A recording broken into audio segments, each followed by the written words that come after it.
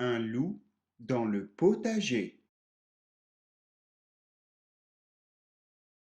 Cela fait des jours, des semaines que Monsieur Loup arpente la forêt, sans rencontrer le plus petit espoir de déjeuner. J'ai faim, Hurle-t-il. plus jamais ça. Je vais m'organiser, faire des réserves, des conserves. Se dit-il en avalant de minuscules noisettes. Dès les premiers beaux jours, Monsieur Loup se met au travail. Son potager sera le plus beau de tous les potagers. Il bêche, ratisse, sème, arrose, taille, désherbe. Il n'a plus une minute pour aller chasser. Les animaux de la forêt n'en reviennent pas. Et bien vite, Monsieur Loup récolte ses premiers radis, puis des tomates, des courges, des pois, des haricots et de gros potirons orangés. Dans les marmites de Monsieur Loup mijotent de délicieux petits plats. Son armoire à conserve se remplit. L'hiver prochain, Monsieur Loup ne manquera de rien. C'est certain.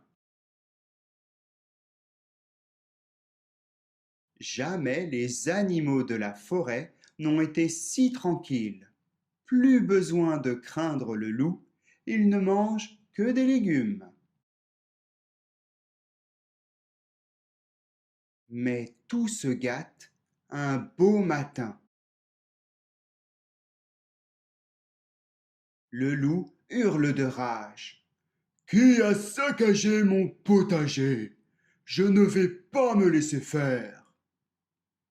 Calme-toi, souffle le hibou. J'ai une idée. Monsieur Loup disparaît aussitôt dans son atelier et revient muni d'une pancarte. C'est un petit lapin qui, le premier, découvre ce que le loup a écrit. Il donne aussitôt l'alerte. Les animaux de la forêt lisent ébahis le message de Monsieur Loup. Le loup offrira des légumes à qui lui apportera graines ou plantes d'une espèce ne poussant pas encore dans ce potager.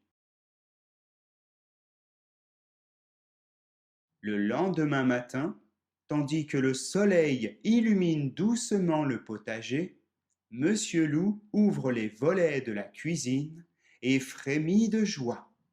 Les animaux ont répondu à son annonce. D'un bond, il est dans son jardin et salue Madame Lapin, qui tremble comme une feuille. Bon, bon, bonjour, monsieur Loup. Voici des graines de radis noirs et je vous présente mes excuses. C'est mon fils qui est venu grignoter dans votre jardin. Oh, ce n'est rien. Vous direz à votre fiston de venir m'aider à désherber et l'affaire sera conclue.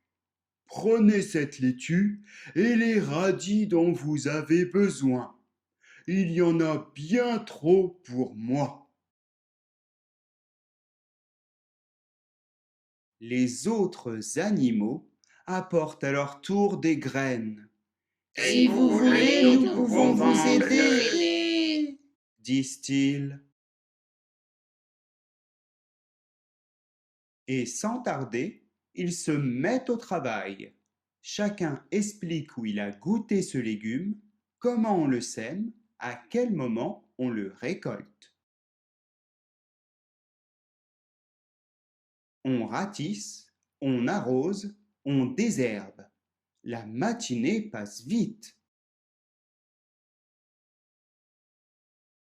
Et si vous restiez manger avec moi? Propose Monsieur Loup. Goûtons ensemble ce que nous avons récolté.